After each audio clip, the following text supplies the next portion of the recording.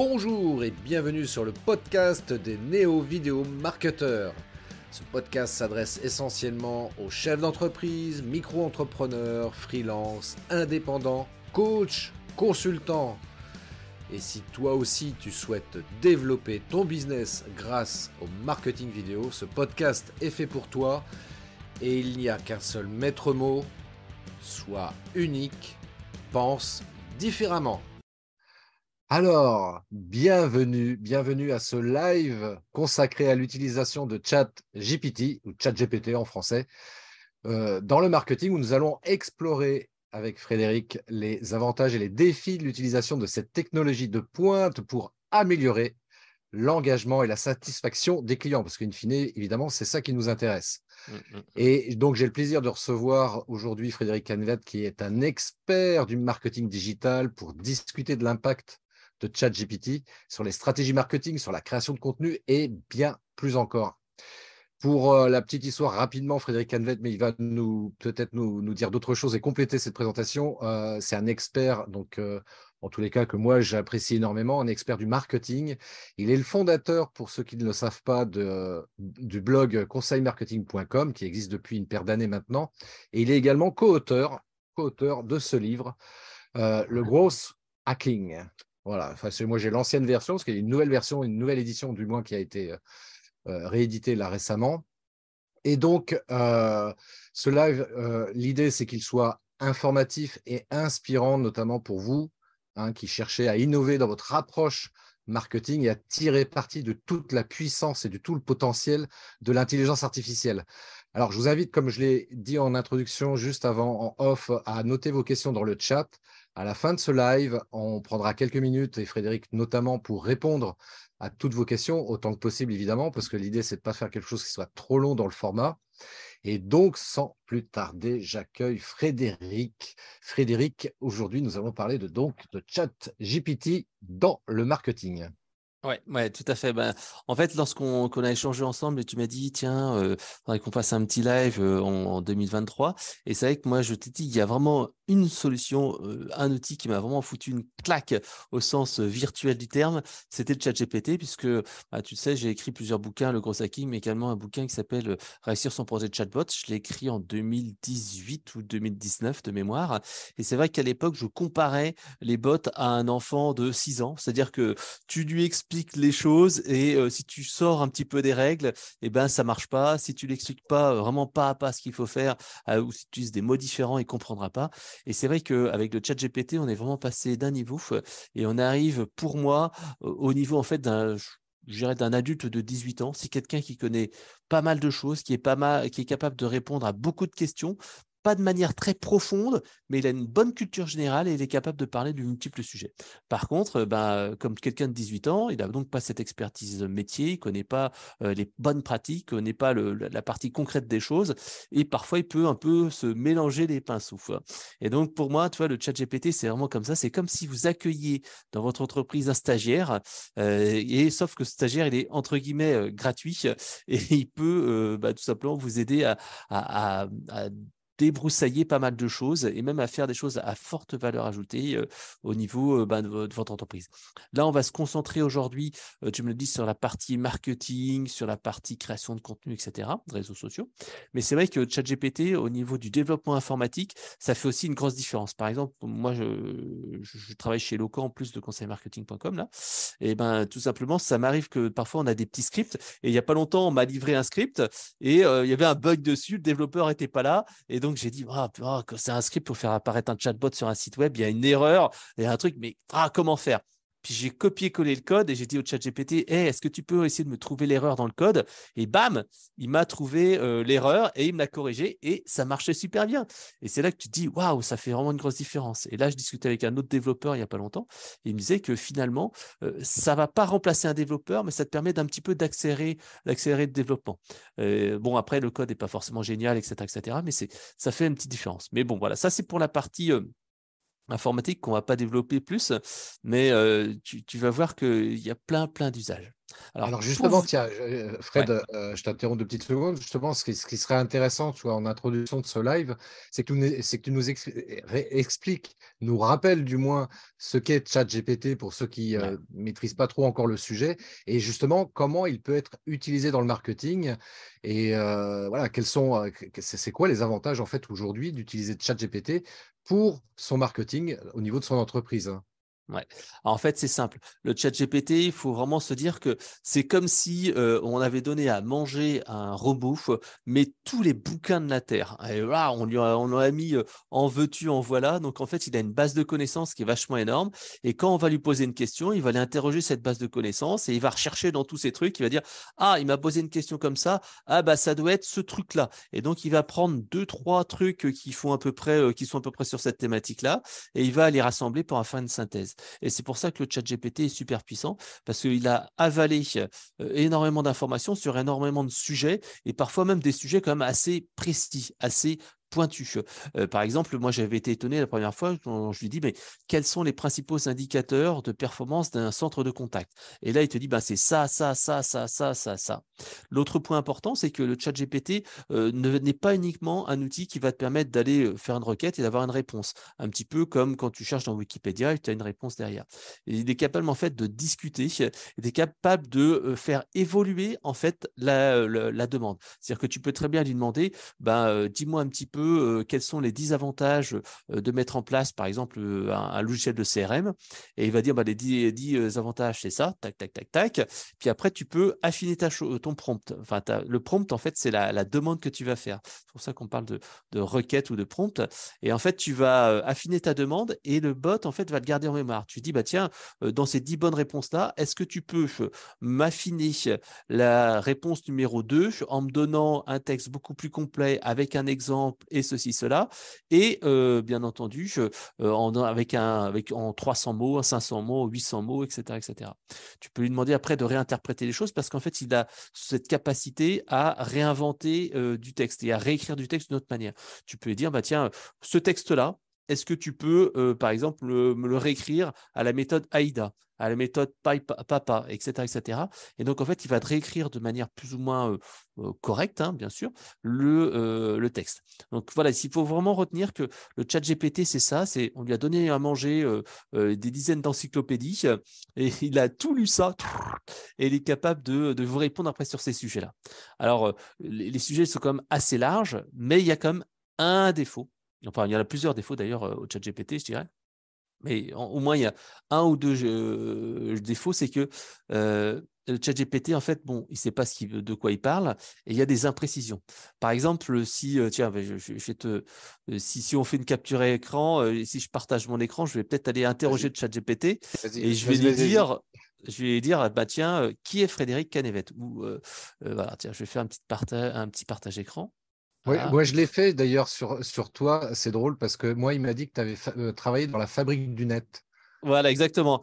Qui est Frédéric Canevet.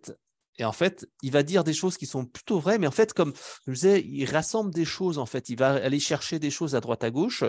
Et en fait, parfois, il peut se tromper parce que il y a peut-être un moment un article sur la fabrique du net qui parle de moi, et puis il y a d'autres personnes qui parlent de je sais plus quoi. Et donc, en fait, il va dire, ah tiens, il y a trois, quatre articles. Ah, donc les trois, quatre, ils parlent de ça. Donc, allez, ça doit être ça. Et là, qu'est-ce qu'il dit? Il dit qu'il est expert en marketing digital, conseilmarketing.com. Là, c'est bon parce qu'il y a plein de documents qui parlent de ça. Puis à un moment, il dit, tiens, il a écrit plusieurs livres sur le sujet, notamment le marketing pour les nuls. C'est faux, je n'ai jamais écrit de marketing pour les nuls. Par contre, ce que j'ai fait, c'est qu'en fait, j'ai fait une critique du livre Le marketing pour les nuls sur mon blog. Et si après je lui redemande, il va refaire une réponse qui va être un petit peu différente. Mais souvent, en fait, il va dire au début le début, puis là, il dit, voilà, le fondateur de l'agence Axnet. Non, c'est faux, je n'ai jamais fondé l'agence Axnet. Donc, en fait, quand on est sur des sujets qui sont un petit peu génériques, il arrive bien à sortir des bonnes réponses. Par contre, à partir du moment où on va entrer sur des sujets qui sont trop pointus, trop spécifique, avec des exemples trop précis, il sera perdu. Et le chat GPT, c'est ça, en fait, il ne sait pas admettre son erreur. Alors, je t'ai fait comme un petit PowerPoint que je vous remettrai à la fin de la session. En fait, ce qui est bien, dans le ChatGPT, c'est qu'il sait trouver des idées de posts, des idées d'articles, améliorer ce qu'il faut, améliorer en fait des textes, etc., que bien sûr vous devrez optimiser derrière. Il sait résumer des informations, il sait faire des synthèses, il sait faire de la recherche documentaire très simple, il sait écrire du texte selon un modèle, il sait produire quelque chose qui servira de base de travail. Ça, c'est génial. Ce qui est pas bien avec ChatGPT, donc c'est l'imprécision de référence, c'est le caractère trop générique des réponses et généralement c'est proposer une seule réponse au lieu d'une série de sélections de réponses comme le fait Google quand on lui dit tiens donne-moi par exemple quelles sont les meilleures astuces pour faire un bon live, et ben il va sortir 10 articles, 20 articles sur X pages, voilà à chaque fois, et donc tu vas pouvoir ouvrir plusieurs articles et comparer. Là il va te dire la vérité c'est ça. Voilà. L'autre point qui est négatif avec le ChatGPT, c'est cet aspect reconnaissance par Google. Alors, en fait, ce qui se passe, c'est que Google, en fait, il est capable d'identifier de manière plus ou moins correcte, tout simplement, si le texte a été généré par le ChatGPT ou pas. Alors, dans la vraie réalité des choses, il faut savoir que ce n'est pas aussi vrai que ça, puisqu'en fait, il y a des outils de détection comme ça de contenu automatisé et ça ne marche pas aussi bien que ça. Moi, j'en ai testé une dizaine, justement dans les petites slides que je vous remettrai à la fin de la présentation, je vais le montrer à l'écran. En fait, j'ai testé une petite dizaine de solutions d'analyse de plagiat. Et en fait, il faut être honnête, c'est pas super efficace. Alors, il y en a un que j'aime bien qui est Originally, mais qui est payant. Mais vous pouvez tester le produit qui s'appelle Detector.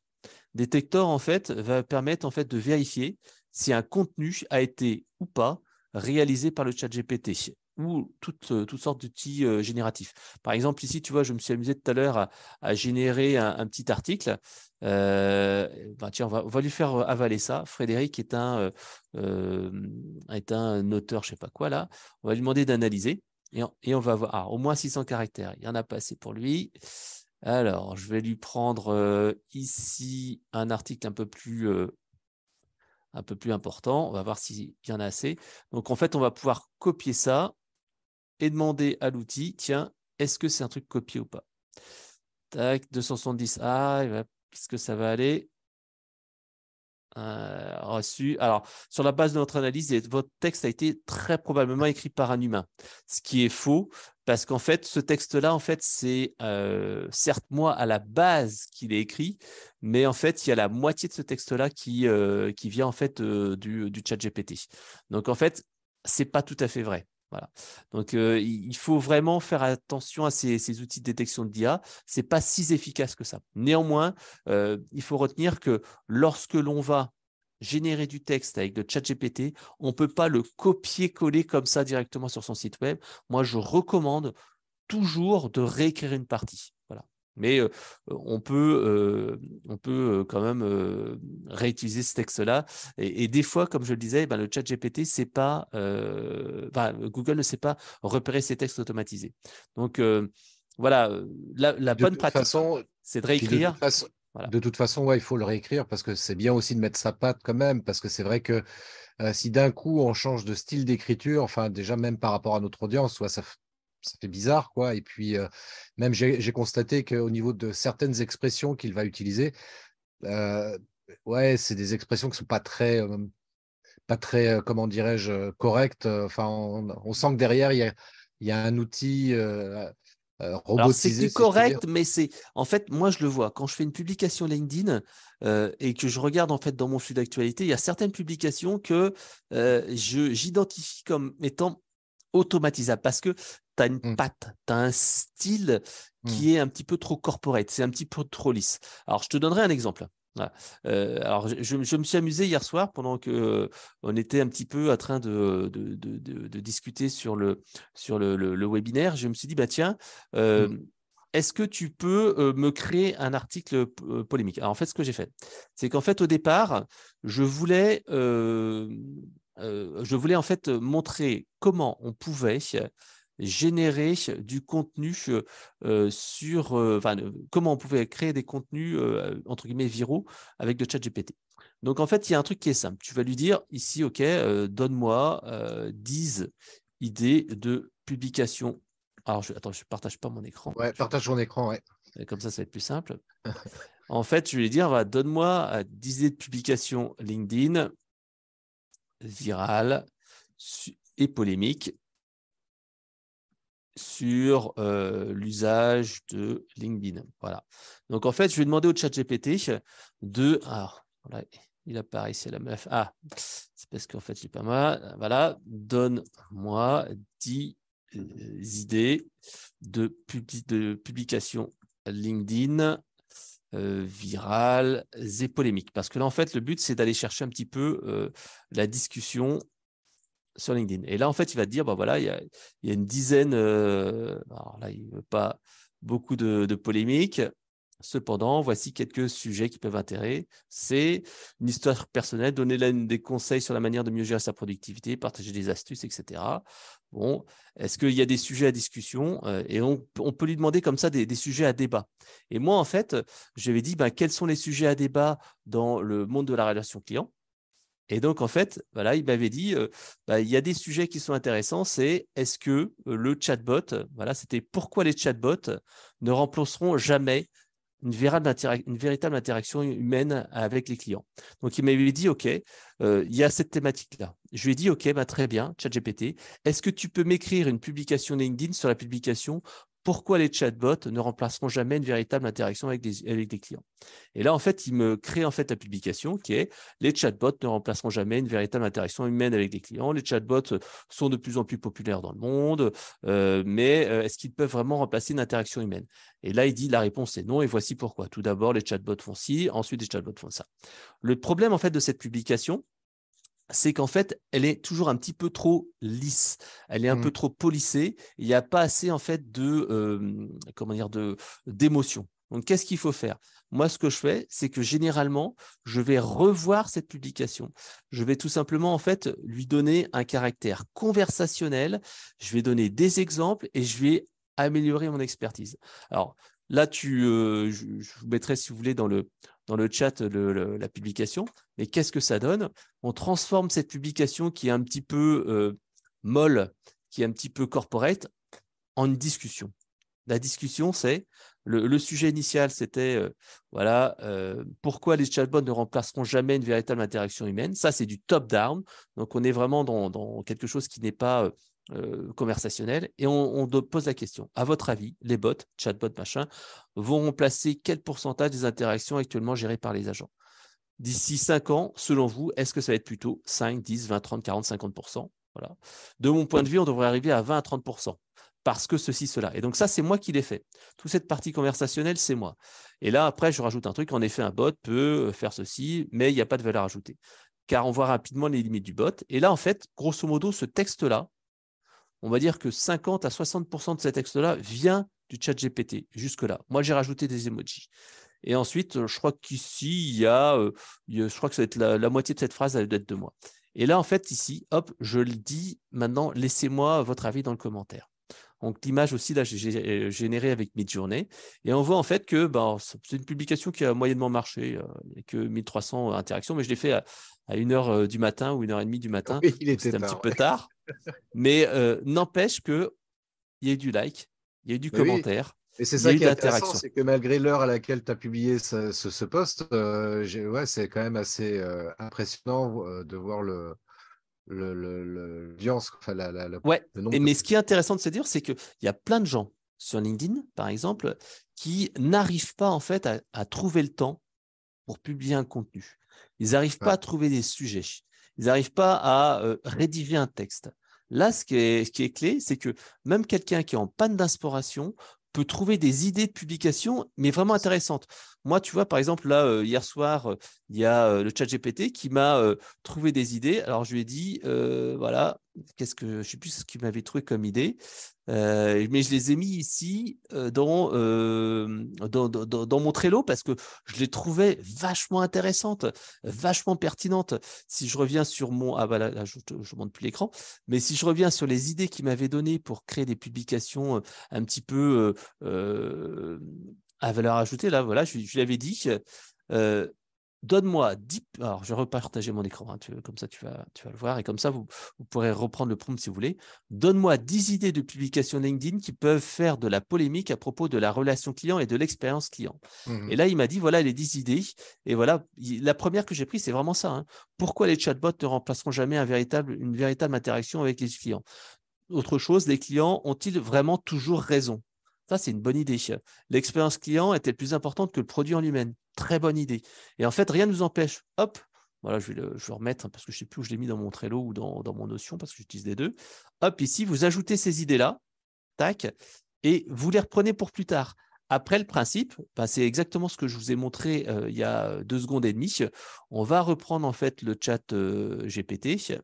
On va lui dire, tiens, est-ce que tu peux me créer une publication sur tel sujet? Alors, par exemple, comment les entreprises peuvent-ils gérer des clients difficiles et des comportements abusifs? Est-ce que le client a toujours raison? Voilà. Ça, c'est vraiment un sujet à débat. Et on peut reprendre en fait le chat GPT, refaire un petit truc. Est-ce que tu peux me faire une publication LinkedIn sur le sujet tac avec un mode conversationnel et en posant des questions au lecteur. Voilà. Et on va voir ce qui va nous sortir. Donc là, il va rédiger un truc en live. Je ne vais pas tester. On va voir ce que ça donne. Dire, les clients ont-ils toujours raison? C'est une vieille maxime, souvent citée dans le monde des affaires. Alors là, on voit déjà que citer dans le monde des affaires, tu vois, ça fait un peu old-fashion. Ouais. Donc, on changera cette maxime, on pourrait changer. Ce proverbe est-il toujours vrai en 2023? Et donc, qu'en pensez-vous? Alors là, c'est un petit peu lent. Qu'en est-il des clients abusifs? Comment gérez-vous ces situations?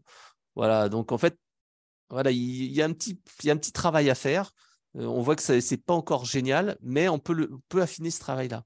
On peut dire, est-ce que tu peux me donner un exemple? Est-ce que tu peux me raconter une histoire, etc., etc.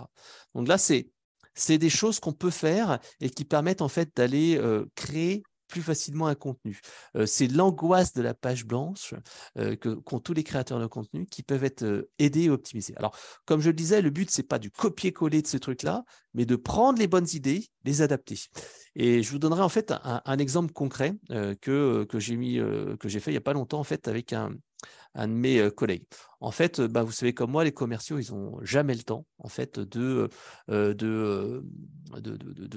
produire du texte. Tout juste, ils arrivent à republier les contenus en fait du marketing. Donc, qu'est-ce qu'il faut faire à la fois pour le marketing, mais également pour les commerciaux qui veulent créer du contenu? En fait, il y a cette méthode simple que je vous ai expliquée il y a 2 secondes. En fait, vous trouvez un sujet viral ou à débat. Alors, soit c'est votre expertise sur le sujet, soit en fait, c'est le chat GPT qui peut vous en donner. Moi, par exemple, je sais très bien que dans le domaine de la relation client, s'il y a un sujet qui est à chaque fois polémique, c'est le NPS, Net Promoter Score. Donc, on demande généralement au chat GPT, OK, est-ce que tu peux me donner quelques informations de base sur ce sujet-là? Et en fait, il va vous faire une petite trame avec des idées, par exemple, quels sont les avantages, inconvénients, pourquoi faut-il faire cela, pourquoi faut-il pas faire cela, blablabla. Bla, bla, bla. Donc, vous demandez de rédiger ce texte générique, vous retravaillez le texte pour inciter au débat, en ajoutant surtout de l'expertise métier, des idées, des bonnes pratiques. Et moi, je le conseille également de donner un point de vue. Pourquoi je donne mon point de vue en disant, selon moi, à mon avis, etc. Ça permet en fait de s'approprier le truc et en fait de faire en sorte que les gens vont donner aussi derrière leur avis. Ensuite, on publie son texte et bien sûr, on va rédiger. Et là, en fait, l'exemple, il est typique. Donc ici, j'ai demandé au ChatGPT quelles sont les limites en fait du Net Promoter Score. Elle a dit le Net Promoter Score est un indicateur de satisfaction. Vous voyez un truc un peu corporate qui est un peu pas génial. Ensuite, il dit voilà les limites du NPS. Il ne mesure pas directement la satisfaction. Le NPS ne mesure pas directement la satisfaction des clients, mais plutôt leur degré de fidélité. Il est donc important de combiner cet indicateur avec d'autres méthodes pour faire ceci, cela. Et en fait, on a transformé ce truc-là en un post LinkedIn où on dit quelles sont les limites du NPS. Net Promoter Score est un indicateur de mesure du potentiel bouche-oreille. Cependant, il y a des limites. Le NPS ne permet pas de mesurer la satisfaction du produit ou d'un service à un moment du parcours client. Il mesure le potentiel de recommandation de la marque à un client. Sans analyse sémantique, il devient compliqué de faire ceci-là. Donc, en fait, on reprend les idées, on les rephrase et on les met en mode conversationnel. Et après, bien sûr, on va rajouter une petite illustration, etc. Donc, voilà, c'est un petit exemple de comment on peut faire en fait cet aspect génération de publications LinkedIn.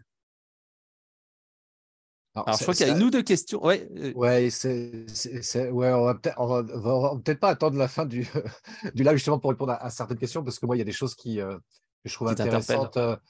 Il y a notre ami Mickaël qui pose des questions que je trouve intéressantes. Tu vois, par exemple, Mickaël dit en l'occurrence, Fred, es-tu sûr que ChatGPT a avalé les bouquins? Quid des droits d'auteur? Si je puis me permettre d'apporter un début de réponse par rapport à ça, moi j'ai envie de poser la même question par rapport à Google qui, depuis plus de 20 ans, est en train de collecter des photos à droite et à gauche, des photos que bien souvent, enfin bien souvent, en tout cas, il y a certaines personnes sur Internet qui vont les choper pour les coller sur leur présentation PowerPoint, etc. Quid des droits d'auteur là aussi? Alors même si aujourd'hui, maintenant, Google met une petite mention, attention, vérifie bien les droits d'auteur avant d'utiliser les photos, c'est la même question, tu vois. Comment dirais-je, à l'opposé de ça, quand ChatGPT fait un résumé, tu vois, par exemple, moi, j'ai demandé à ChatGPT un bouquin que j'ai lu d'Anthony Robbins qui s'appelle Le pouvoir illimité. Et je lui ai dit à ChatGPT, tiens, résume-moi le bouquin. Et il m'a sorti les 5 points clés. Enfin, je crois que je lui avais demandé de me sortir les 5 points clés de ce livre-là. Et il m'a fait un résumé du livre.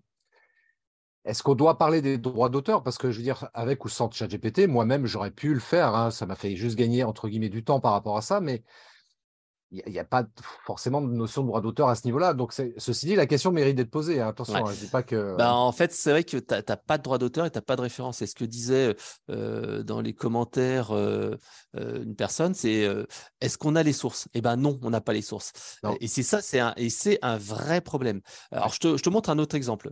Tu vois, en mode défensif, voilà, Alors, ouais. si. Alors, oui et non, en fait, en vrai. Parce que moi, j'ai parfois eu des réponses avec des sources Ouais. qui, parfois, étaient fausses, en plus, les sources. Ou Je vais horaire vérifier quand même, hein. 404, comme disait. Voilà. Et donc, un excellent exemple, c'est les citations. Tu vois, en fait, moi, en marketing, je suis en présence défensive sur pas mal de réseaux. Tu vois, si tu vas sur mon compte Instagram, en fait, je j'ai pas beaucoup de visibilité parce qu'en fait, c'est pas le réseau numéro un sur lequel je vais. Par contre, en fait, j'ai envie d'avoir en fait du monde qui consulte mon compte. Alors, Instagram, on pourrait parler de Twitter, on pourrait parler d'autres. Voilà, je vais te montrer ici mon profil. Alors, hop, profil de conseil marketing. Tu vois, tous les jours, en fait, j'essaye de publier une citation ou un truc comme ça. Et donc, en fait, qu'est-ce que je fais? Eh bien, en fait, c'est vraiment hyper simple. Je vais, en fait, dans le chat GPT. Alors, s'il me laisse y aller, hop, je vais dans le chat GPT et je lui demande, OK, donne-moi des citations sur tel sujet. Donc, tu vois, tu lui dis, OK, dis-moi, donne-moi 10 citations sur, allez, la confiance, sur quoi? Sur Ouais, la confiance en soi, c'est une bonne idée. Tiens, allez, la vas-y. confiance en soi.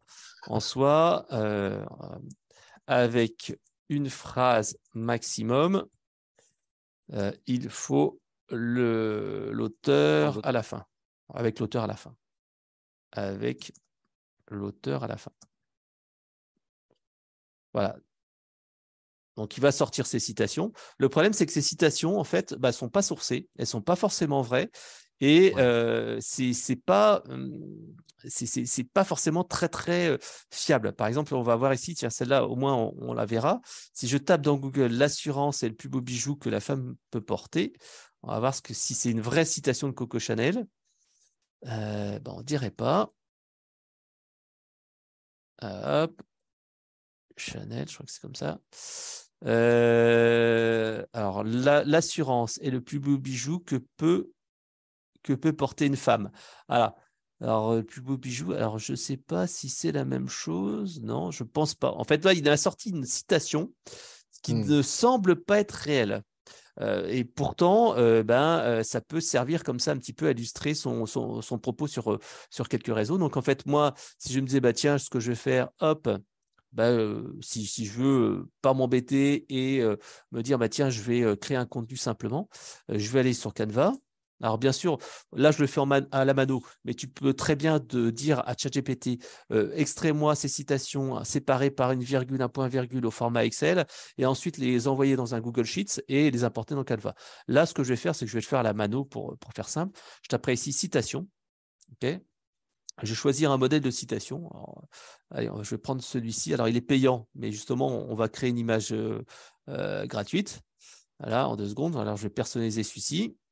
Voilà, donc la petite citation qu'on a vue il y a 2 secondes. On va la remettre là. Coco Chanel. Alors, même si c'est sans doute pas elle qui l'a dite. Coco Chanel. On va mettre ici conseilmarketing.com. Bon, il y a peut-être des fautes d'orthographe, vous me pardonnez ça. Je vais aller après chez Midjourney, qui est un autre outil qui permet de faire des images. Et là, en fait, on va faire on va générer une image automatiquement. Voilà, on va faire ici Imagine. C'est celle que j'ai générée hier. Imagine Nana Girls Self-Confident and Classy. Voilà. Bon, après, il y a d'autres paramètres, mais je ne vais pas en mettre des tonnes. En fait, c'est tout ce qu'on appelle l'art du prompt. Plus, en fait, on va détailler son prompt, donner des informations, donner des détails, plus on aura quelque chose qui va être qualitatif. Là, ici, bon, voilà. Alors là, ce n'est pas génial. Imagine Coco Chanel with a computer. Voilà, j'aurais peut-être dû commencer par ça. Coco Chanel, j'espère que c'est comme ça que ça s'écrit. Oui. OK, donc on va voir ce qu'il va me faire. Alors, est-ce que je l'ai... Ah, je n'ai pas fait le Imagine. Coco Chanel, Confident. Ah si, Smiling. Tu l'avais fait, ouais. With a computer. Voilà. Donc, là, des trucs un petit peu anachroniques. Oh là, oulala, ils mettent une tête de sorcière là. Ouais. C'est pas très C'est pas vendeur comme image là. c'est pas bon. En fait, on va. Oula, Coco Chanel veut pas T'as très qu'à beau. lui Bon, mettre imaginons quand même que. smiling. Ouais, je vais quand même prendre celui-là. Bon, après, je pourrais dire, ouais, je pourrais dire smiling, etc., etc. Là, voilà, là ici, un peu plus smiling, toi. Voilà, elle est un peu plus smiling là, c'est cool. Alors attends, ça va arriver dans 2 secondes. Donc le temps qu'il génère, il est arrivé à 62%. Donc voilà, Coco Chanel est en train de faire de l'ordinateur. Je pense que c'est celle-là, il est assez sympa. C'est la 3e. Donc en fait, je vais prendre la 3e, je vais la générer. Donc je vais avoir ma publication dans 3 secondes. Donc là, elle va sortir. Donc après, j'ai mon truc ici. Là, je vais quand même essayer de ne pas faire une erreur. Conseilmarketing.com. Alors, je vais juste agrandir pour voir un peu mieux ce que j'écris. Voilà, .com. Voilà, je vérifie cette situation du jour. Ça ne m'intéresse pas. OK, je vais retourner dans Discord, récupérer ma petite photo. Bon, il est toujours en train d'attendre. Donc, je vais lui laisser un petit peu Ouais, faire. quand on upscale, ça prend toujours un petit peu plus de temps que de Ouais, après, générer le. c'est vrai. Alors, j'aurais pu très bien aussi, hop, pas m'embêter, ouvrir dans un navigateur. Tac, tac, tac, tac. Ah, ouais, alors il y a le petit texte un peu pourrave, mais c'est pas grave. Imaginons que je prenne ça, Coco Chanel, tac. Voilà. Bon, alors l'image va être un peu dégueu parce que voilà, je vais mettre sur le bureau. Je vais retourner sur Canva. Ici, s'il me laisse y aller. Alors, cette barre là qui m'embête tout le temps. Donc En maintenant, je attendant, vais. il y a Michael qui a dit aussi tout à l'heure, Fred, est-ce qu'on peut dire qu'avec ChatGPT, l'angoisse de la page blanche deviendra l'angoisse de la question blanche? Ah, mais c'est vrai. Puisqu'en fait, tu as vraiment, je pense, un vrai, une vraie montée en compétence sur l'art du prompt. Et en fait, il faudra poser la bonne question. Et c'est avec la bonne question qu'on arrivera à avoir la bonne réponse. Voilà. Histoire d'être un petit peu provoque, moi j'ai envie de dire, tu vois, si tu es médiocre à la base, ChatGPT va te faire des réponses médiocres. Encore plus. Ça, je suis vrai. C'est 100% vrai. Et donc là, ici, voilà, j'ai mon petit texte. Je vais l'agrandir. Voilà, je le réduis. Alors, hop, on va essayer de faire un truc. Bon, là, l'image, je vais mettre un petit peu plus de trucs. Voilà. Et donc ici, ma publication Coco Chanel, machin, ben voilà, j'ai mon contenu. Donc en fait, voilà, là j'en ai fait un, j'aurais pu en faire 10. Moi, ce que je fais, en fait, c'est que j'utilise Google Docs, tu vois, parce que là, je l'ai fait à la mano, comme je disais, on peut l'exporter, on peut faire des trucs, mais il y a quand même de la place, entre guillemets, pour l'humain. Et ici, par exemple, là, alors citation, j'ai mes trucs de citation avec mon assistante, je vais te retrouver. Alors, il y a toujours cette petite part qui m'ennuie. Citation. Donc ici, j'ai mon truc de citation. Et donc, en fait, voilà, ici, j'ai plein de citations que j'ai, même moi-même, toi, je me suis même cité moi-même. Tu vois, Mais t'as raison. Attends, c'est normal. bonne charité commence par soi-même. Eh Et donc, oui. en fait, tu vois, je fais comme ça et puis je dis, bah, tiens, tu vas après me les programmer dans Postoplan. Ils vont être publiés après sur différents réseaux. Donc, c'est pour te montrer que on peut créer du contenu, mais comme le disait précédemment Mickaël et d'autres personnes, tu n'as pas les sources. Tu n'es jamais sûr que ça soit vrai ce qui Ouais. est écrit. Voilà. C'est pour ça que la règle, que ce soit pour ChatGPT, mais même avec Internet d'une manière générale, toujours croiser les informations pour vérifier si l'information qu'on récupère, elle est juste. Ouais.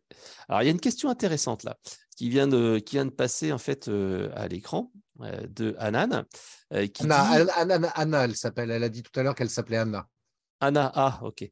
Alors, Anna, en fait, elle me dit, j'ai entendu parler d'une version du ChatGPT qui permet de faire des actions. En effet, c'est vrai. En fait, grosso modo, il y a 4 versions du ChatGPT. Il y a la version gratuite que je vous montre là, qui permet en fait de poser des questions. Alors, c'est un petit peu lent, vous n'avez pas toutes les dernières fonctionnalités, etc., mais ça suffit quand même, ça fait quand même le job. Ensuite, vous avez la version payante, qui est assez sympa parce qu'elle est un petit peu plus puissante, toujours en ligne, nouvelles fonctions, blabla, etc. Mais généralement, bon, si vous avez qu'un usage ponctuel, ça ne sera pas forcément nécessaire. Vous avez une troisième version qui est le Playground. Le Playground, en fait, c'est une solution qui est faite pour les développeurs et qui permet en fait de faire des requêtes. C'est-à-dire que vous allez pouvoir créer un prompt, c'est-à-dire une question sur mesure, et demander en fait au chat GPT de prendre en fait un texte que vous allez lui copier à chaque fois, qui va être non pas comme tapé à la main, mais par exemple venu d'un logiciel, venu d'un email ou peu importe, et vous allez lui dire, par exemple, prends cette enquête de satisfaction, prends ce commentaire LinkedIn, prends ce truc-là, et va me faire en fait une réponse positive ou négative. Et donc en fait, tac, il va pouvoir comme ça reprendre ça. Et donc en fait, c'est de l'appel à l'API, c'est-à-dire qu'on va pouvoir créer en fait une requête sur mesure, l'envoyer au chat GPT avec du texte ou des variables ou des choses comme ça, et il va en fait tout simplement vous faire des réponses. Alors c'est assez intéressant parce que quand on est un petit peu développeur, quand on est un petit peu malin, ça permet de créer des trucs un petit peu sur mesure. Par contre, c'est assez cher.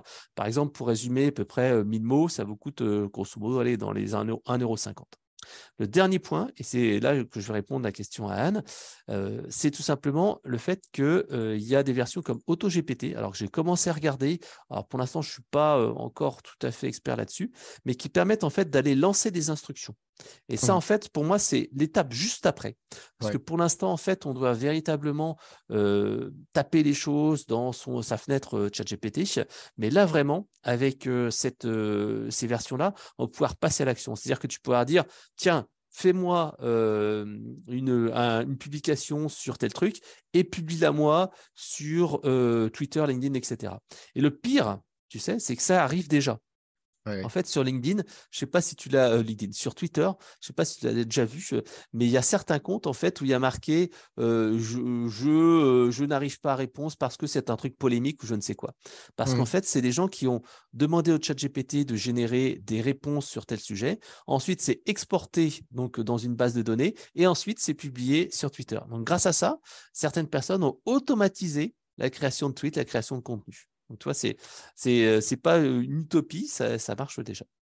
Oui, et puis ça va aller très très vite dans l'évolution de cette technologie-là, parce que c'est vrai que moi, tous les jours, je découvre des trucs.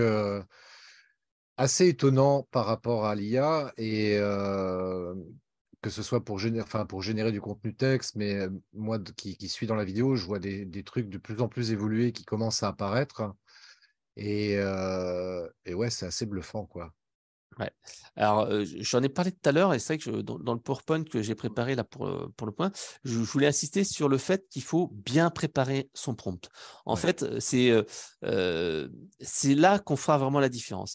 La plupart des gens qui m'ont dit non mais ChatGPT, ça fait que de la daube, j'arrive pas à faire ce que je veux, je dirais oui et non. Ben oui, mais Oui, si tu poses une question pourrie, tu auras une réponse pourrie. C'est aussi simple que ça. exactement. En fait, ce qu'il faut faire, c'est qu'en fait, il faut vérifier la qualité de son prompt. Comme je dis, c'est comme si on parlait à un stagiaire ou un assistant qui ne connaît pas vraiment le sujet et il faut lui expliquer le truc. Donc, par exemple, là, j'ai mis un exemple, c'est la différence entre 3 prompts. Vous pouvez vous amuser à les faire sur le chat GPT, sur votre thématique à vous, en disant bah, écris-moi un article sur la mise en place d'un logiciel de CRM, par exemple. Ensuite, vous lui dites écris-moi un article de blog de 800 mots sur la mise en place d'un CRM pour les équipes commerciales d'une PME. Ensuite, c'est écris-moi un article de 200 mots sur la première étape de la mise en place d'un logiciel de CRM pour les équipes commerciales d'une PME avec des exemples, les erreurs à éviter et les conseils pour ne pas se tromper. Et là, en fait, on arrive sur quelque chose qui va être totalement différent. On aura un truc qui sera beaucoup plus pointu, beaucoup plus précis et on pourra beaucoup plus travailler sur ce sujet-là.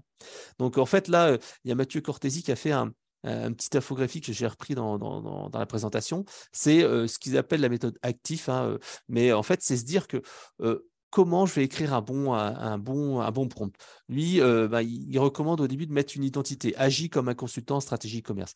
Alors moi, je le fais assez peu, je préfère plutôt décrire ma cible, mais voilà, c'est une idée. Ensuite, il y a le contexte.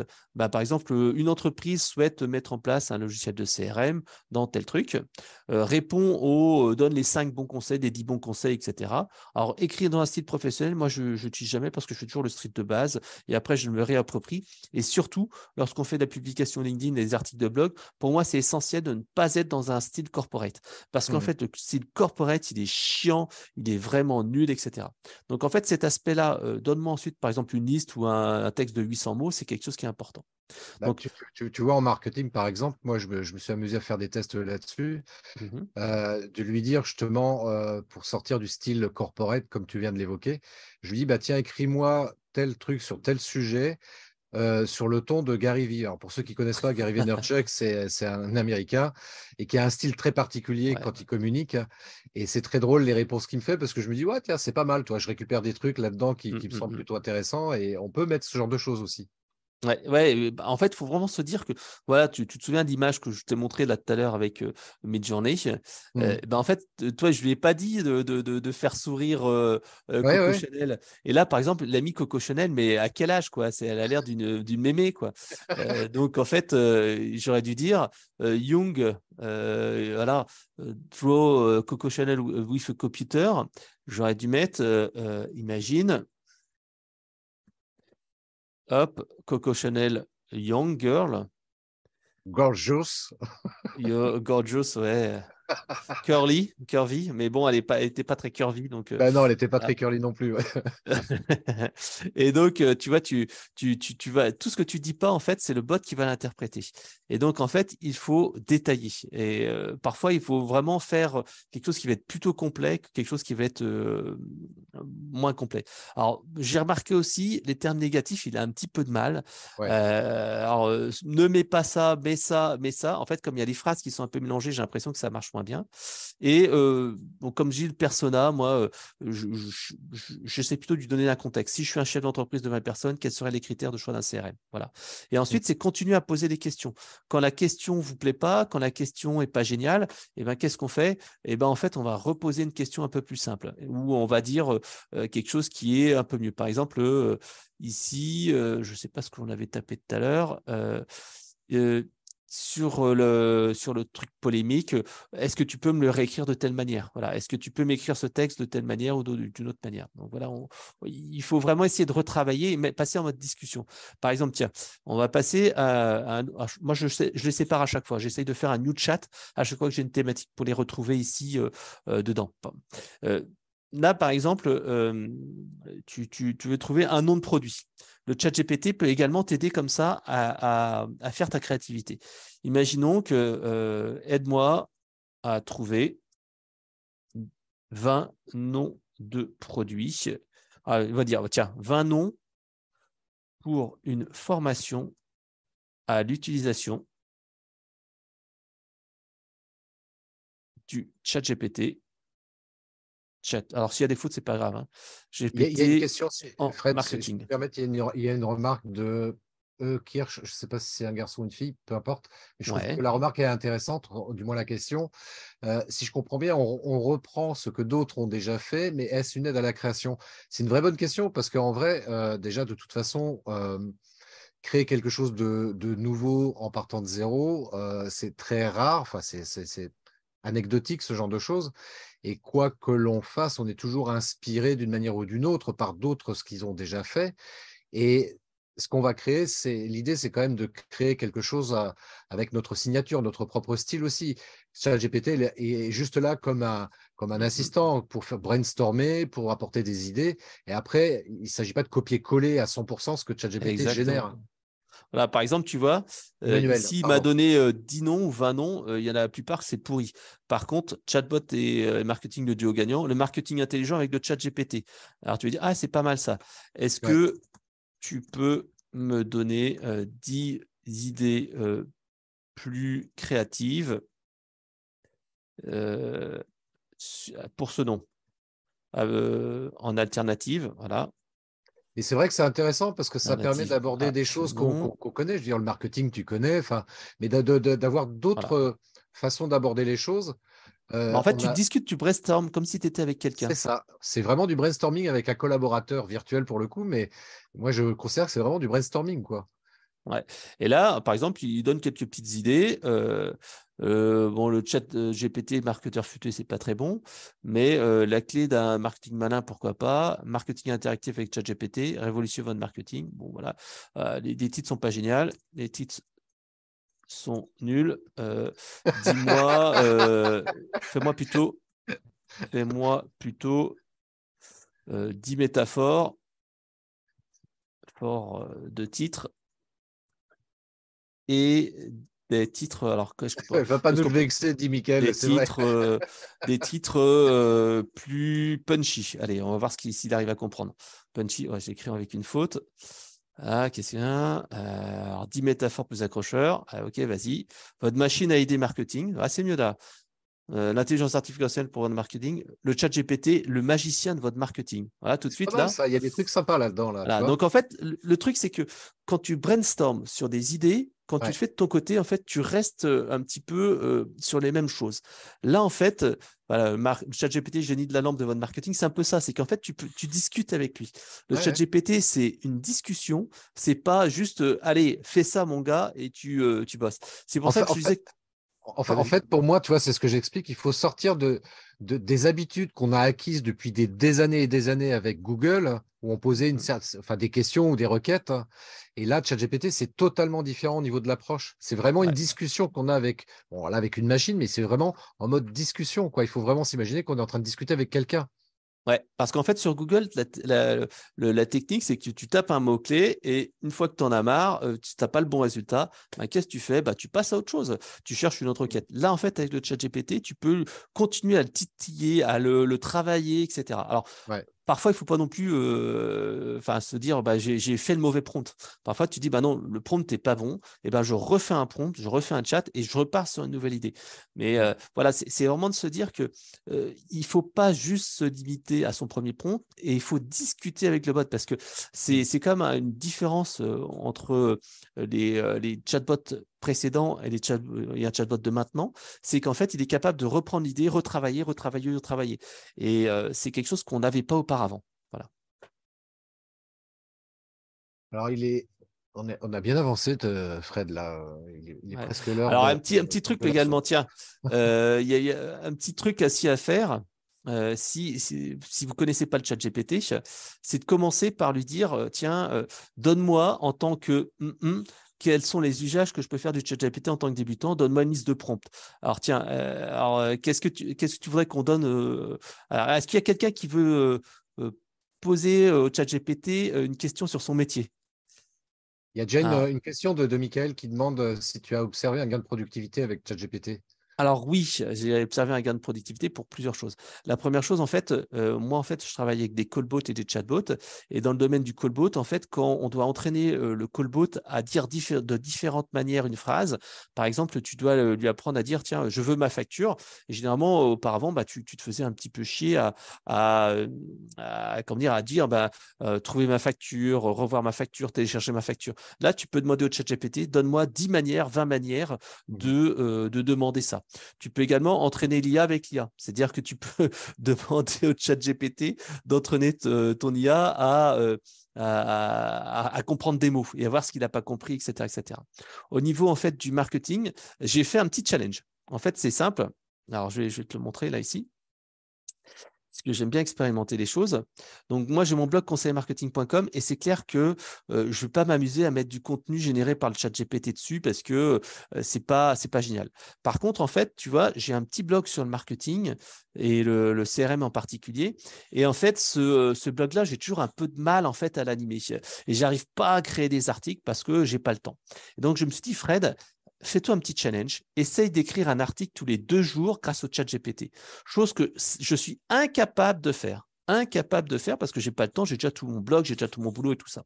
Je dis bah tiens, ce que tu vas faire, c'est que tu vas lister en fait un certain nombre de questions avec le chat GPT. Je les ai mis en fait dans mon Trello et en fait ben voilà, choisir.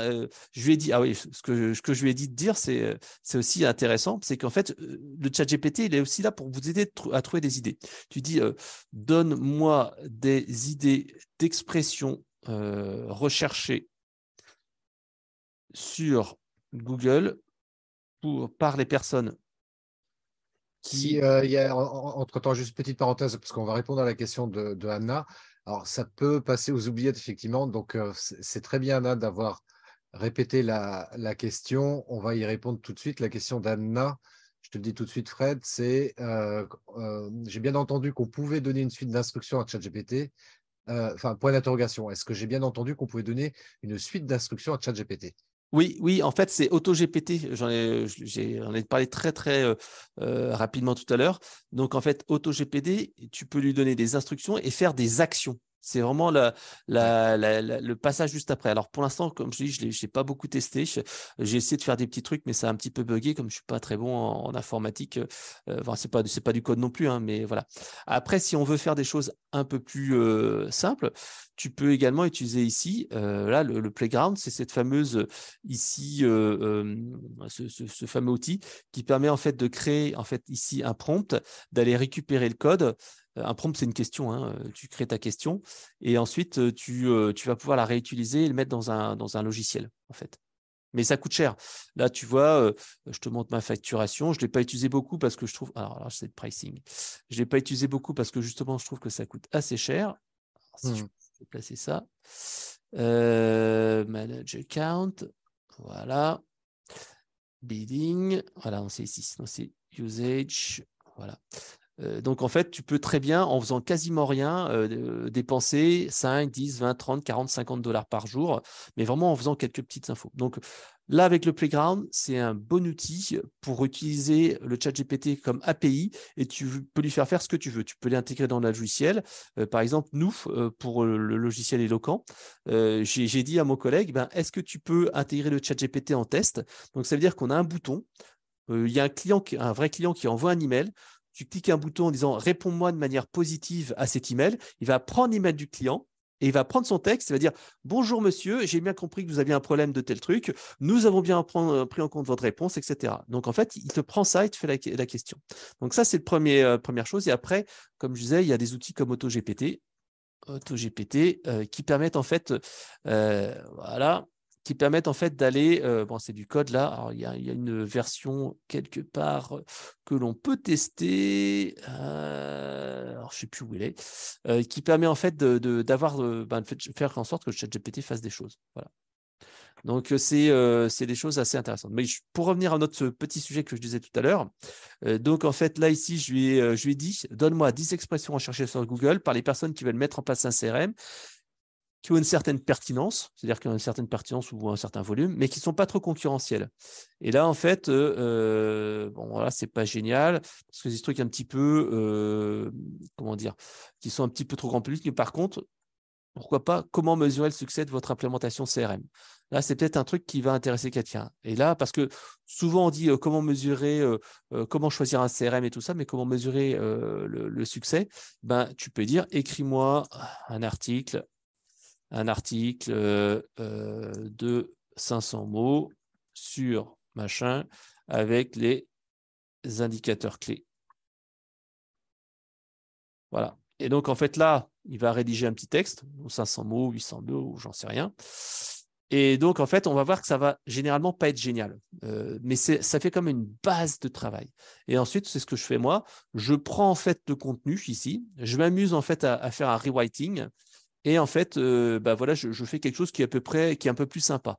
Par exemple, ici, je lui ai dit, donne-moi les logiciels open source et est-ce que c'est les avantages et les inconvénients. Donc, je pense que j'ai réécrit, allez, 50% de ce contenu-là.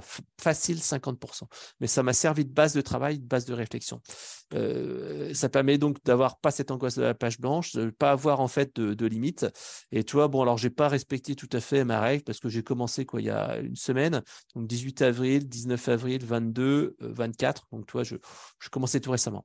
Et ce qui est intéressant de se dire, c'est que ce contenu dépliqué, en fait, qui était réalisé par ChatGPT, comme je le disais, il est plus ou moins détectable. Si on réécrit une partie, c'est moins détectable. Et l'autre intérêt, c'est que si vous demandez au ChatGPT de vous créer des contenus qui ne sont pas sur le web, là, ça devient intéressant. Par exemple, des choses qui ne sont pas sur le web, c'est par exemple, donne-moi l'historique d'une marque. Généralement, ce n'est pas trop sur le web. Ou par exemple, donne-moi l'histoire du CRM.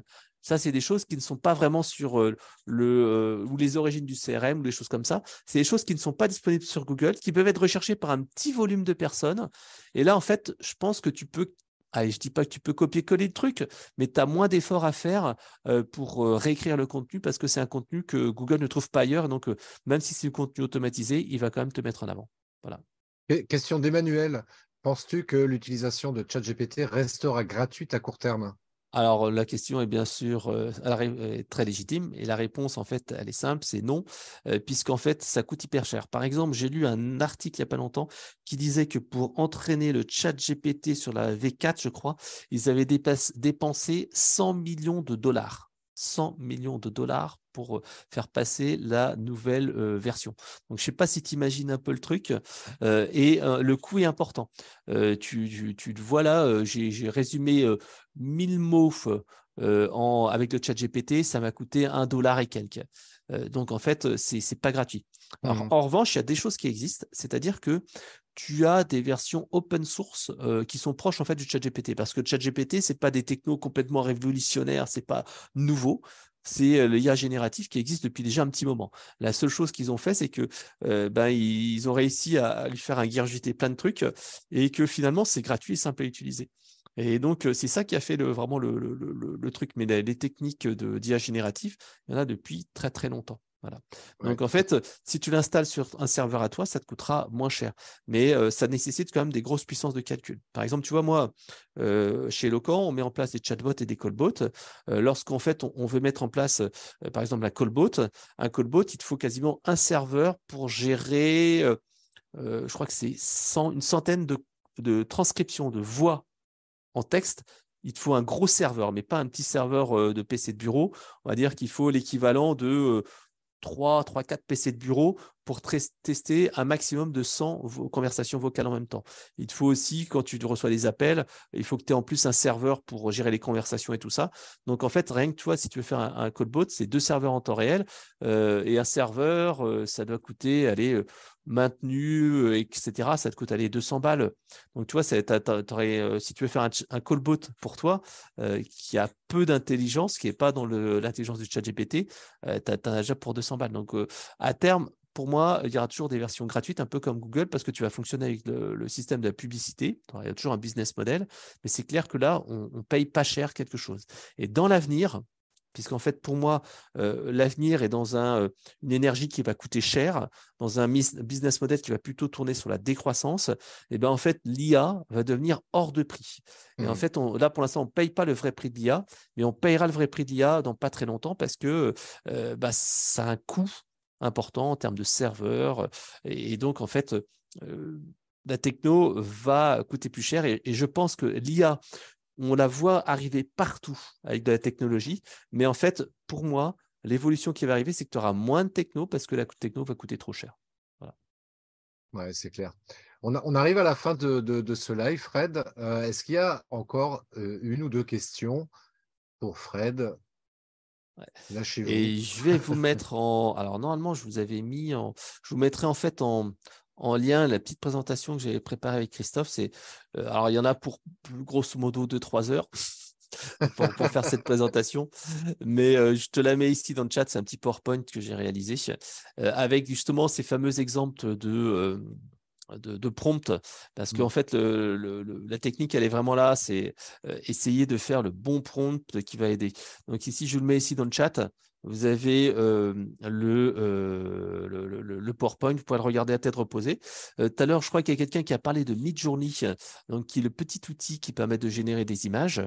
Donc là, vous pourrez le regarder. Alors, Midjourney était gratuit jusqu'à présent. Maintenant, moi, j'ai payé un compte, c'est une centaine d'euros à l'année. C'est Je ça. crois qu'il est plus payé, il est plus gratuit maintenant. Vous avez même Canva que vous connaissez, que je vous ai montré tout à l'heure, qui est un petit outil d'IA générative en termes d'image, mais qui est bien moins puissant. Néanmoins, avec Canva, vous pouvez quand même taper quelques petits mots-clés, il va vous générer comme ça des images, mais c'est comme de moins bonne qualité, c'est beaucoup moins beau qu'avec Midjourney. C'est pour ça que moi je le prends parce que je trouve que c'est assez joli. Alors par contre, si on reboucle sur une question qui a été posée au départ, c'est et le copyright dans tout ça. Et Ouais. c'est vrai qu'avec Midjourney, il prend des styles, il prend des techniques d'image qu'il a piquées un peu à droite à gauche et il les réutilise. Donc en fait, je pense qu'il y aura un problème à un moment donné parce que la personne à la base qui a inventé le style de chat, le style de machin, il ne va pas être content que quelqu'un le copie. Voilà. Ah, ça, c'est vrai que c'est un vrai souci, cette notion-là, hein. Je la conçois. Après, c'est vrai que moi, je me pose toujours la question parce que quand je vois sur Google l'utilisation qui sont faites des photos que l'on publie sur nos sites web et qui sont récupérées par Google, quand on va sur Google Images, on voit apparaître nos photos. Bah ouais, enfin moi ça me pose question aussi quoi. Le droit d'auteur, moi ça me plaît pas que Google récupère ma photo alors que je lui ai pas donné l'autorisation, tu vois. Ouais. C'est Donc, un vrai souci quoi.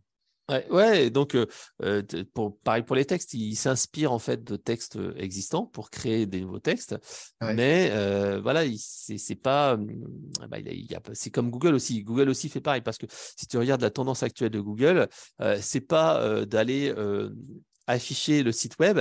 S'il pose une question, il va te mettre ici, par exemple, quelles sont les étapes pour mettre en place un CRM. Il va t'afficher un site, mais juste en dessous, il va dire voilà les 5 étapes, ta. Et donc, en fait, ça évite à la personne d'aller cliquer sur le site web. Là aussi, c'est un petit peu indélicat. Et puis, Michael, je suis totalement d'accord avec ça. Sur nos sites web, on est censé citer la source. Alors, moi, je vais vous faire une petite parenthèse là-dessus. Moi, je fais de la vidéo et de la photo. Et moi, ce qui m'agace au plus haut point, c'est quand je fais des photos pour des gens qui ne citent pas la source, à savoir le nom du photographe. Donc, messieurs, dames, voilà, c'était ma petite parenthèse du soir. Merci de citer le nom du photographe, parce que c'est bien de citer la source d'une information textuelle ou autre, mais de mettre aussi le nom du photographe qui a réalisé une belle photo de vous, c'est bien aussi, c'est sympa, ça fait plaisir. Et puis, voilà, on est dans le droit d'auteur, c'est toujours agréable, quoi.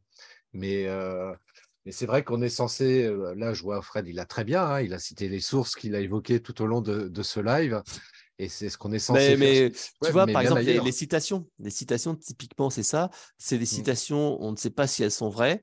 Est-ce que c'est des citations qui ont été déjà traduites par quelqu'un? On ne sait pas du tout. Et c'est un flou un petit peu artistique à ce niveau-là. Donc, voilà, tu as toujours cet aspect-là, royalties. Et c'est pour ça que moi, quand je prends un texte, généralement comme ça avec le chat GPT, je le retravaille toujours. Mais vraiment, pour revenir à ça, faut le prendre en fait comme une aide. Et je pense qu'il va y avoir vraiment une grosse différence. D'ailleurs, c'est ce que j'ai écrit dans un article sur mon blog cette semaine.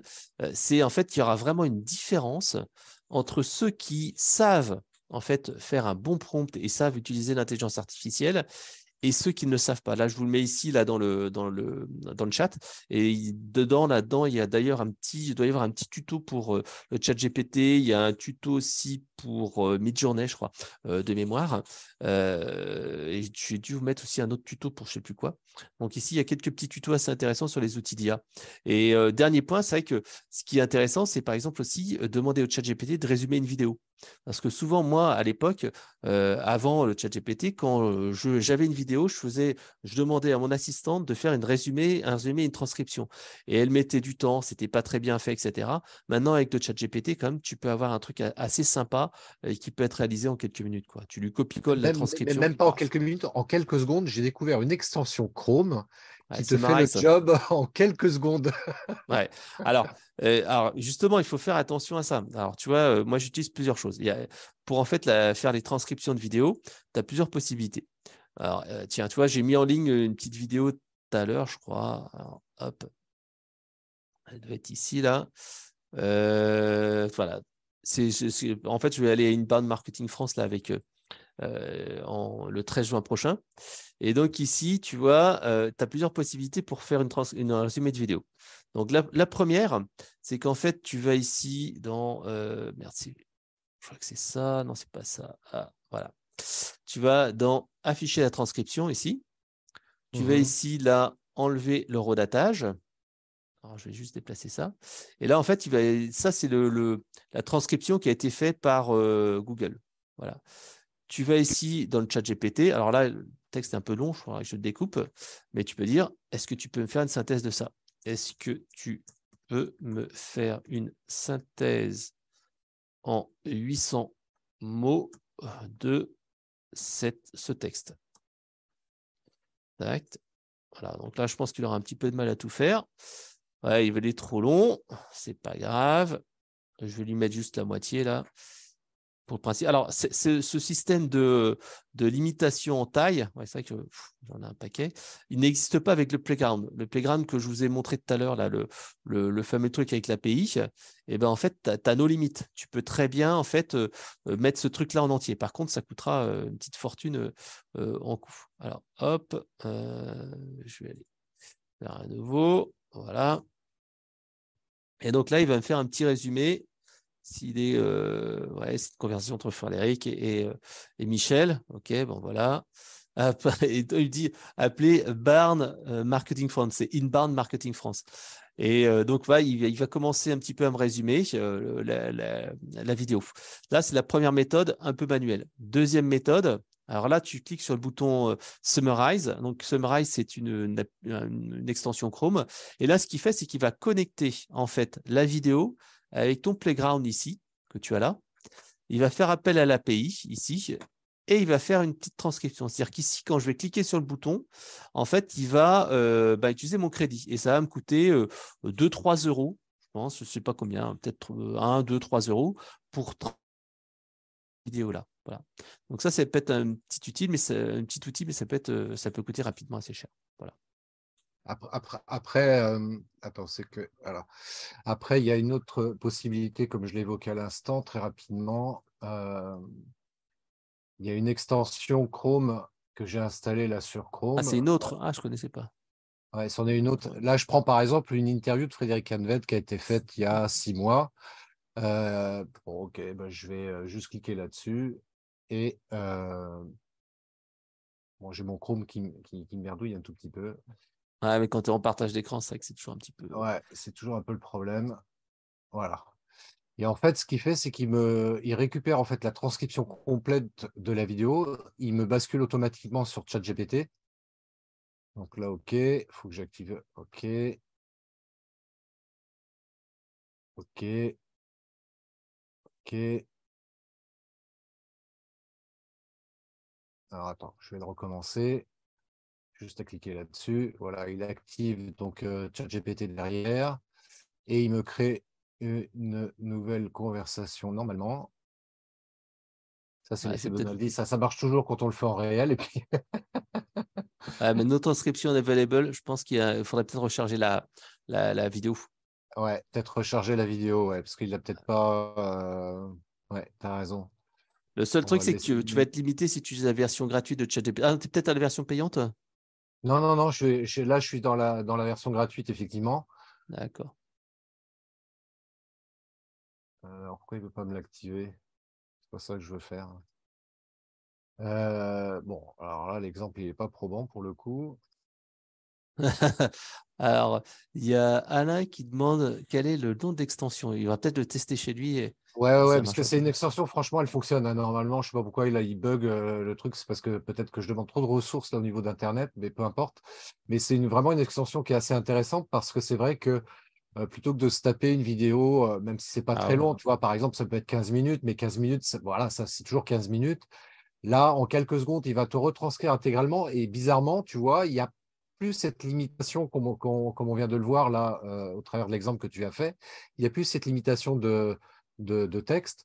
Et à partir de là, tu peux lui dire, OK, maintenant, tu vas me faire un résumé ou me relever les 3 points principaux de cette vidéo-là et il te fait le Mm, résumé mm, mm. directement derrière, tu vois. Donc, ça prend même pas une minute de faire ça.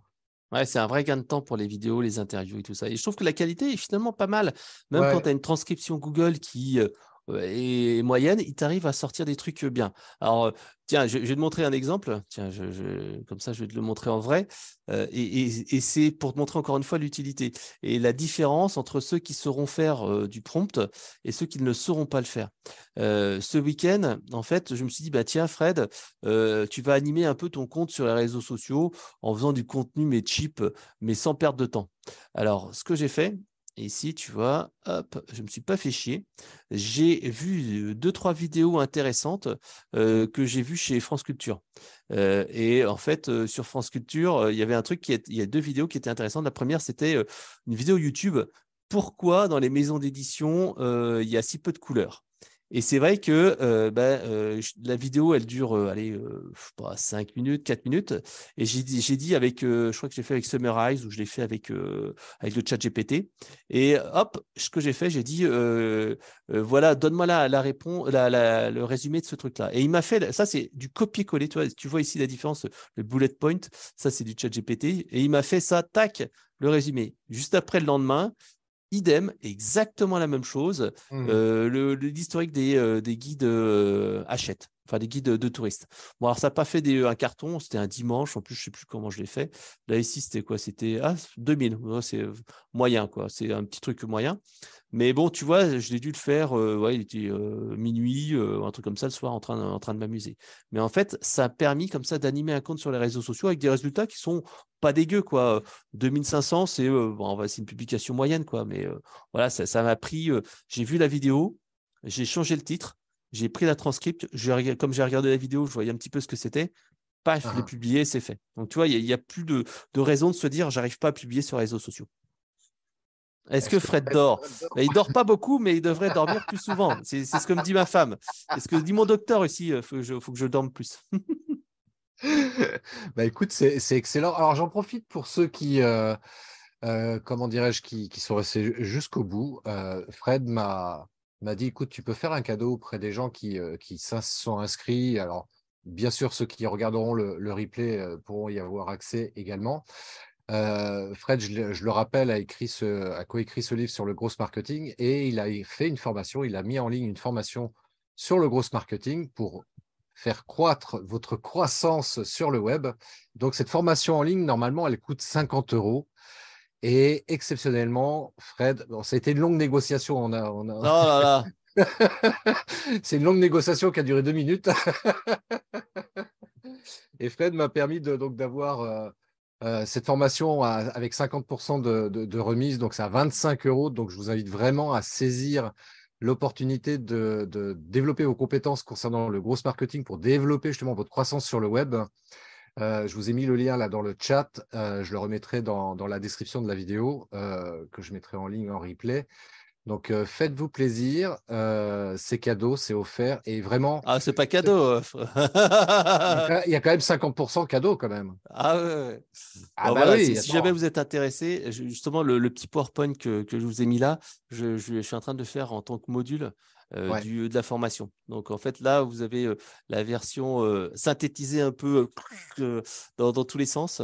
Mais voilà, je pense que pour moi, il est indispensable de maîtriser l'art du prompt Ouais. et maîtriser un petit peu tous ces outils d'IA génératifs parce que vous l'avez vu il y a 2 secondes. Maintenant, on ne peut plus avoir de prétexte pour dire non, mais je ne sais pas quoi écrire, je n'ai pas de publication sur les réseaux sociaux.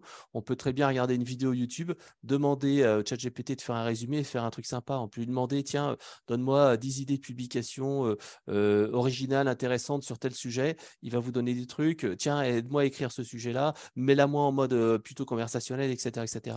Donc, il n'y a plus non plus de... Il n'y a plus d'hésitation. Alors après, ça remplacera jamais l'intelligence humaine. Il faut toujours réécrire, il faut toujours refaire. Néanmoins, c'est quand même intéressant à faire. Carrément. Carrément. Alors, je crois que 19h46, on a dépassé notre timing, c'est ça? Oui, puis Alain nous dit soyons prompts avec le prompt et soyons prompts, du coup, je Avec vais dire l'horaire. avec l'horaire. Soyons prompts avec l'horaire. En tous les cas, merci beaucoup, Fred. Ça a été super intéressant et vraiment passionnant comme d'habitude. Merci à vous tous, Emmanuel, Alain, Salut Anne-Laure, Mickaël, Anna. Et qui nous puis, écoute des États-Unis. qui ça? Anne-Laure, des States. Anne-Laure est aux States. Oh, Ouais. yes. Good, good Hello. afternoon for you, no? Je sais pas quelle heure il est. Je sais pas non plus. Et puis, merci à tous pour votre participation, pour votre écoute. Donc, je remettrai 10h42. ce live en replay. Bien entendu, n'hésitez pas ensuite à partager cette vidéo. Je vous enverrai un email pour tous les inscrits. J'enverrai un email avec l'URL du replay. N'hésitez pas à le partager. Et puis, bien sûr, Fred est toujours à votre disposition pour répondre à toutes vos questions. Donc, contactez-le, entre autres, Sur via LinkedIn. conseilmarketing.co. Et puis sur LinkedIn, évidemment. Il est très présent jusqu'à 1h du matin. Bah, c'est là où je suis tranquille parce qu'avec mes 2 filles, autrement, Mais c'est oui. pas facile, hein.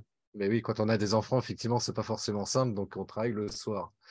Donc merci à toutes et à tous. Merci énormément également, Fred. C'était super riche, super intéressant, comme d'hab. Et puis, eh bien, à très bientôt tout le monde. Allez, bye bye. Ciao, ciao. Salut. Merci d'avoir écouté cet épisode de podcast des Néo-Vidéo Marketeurs. Si tu as une question ou un commentaire, contacte-moi directement sur christophetrain.fr. Je me ferai un plaisir de te répondre rapidement.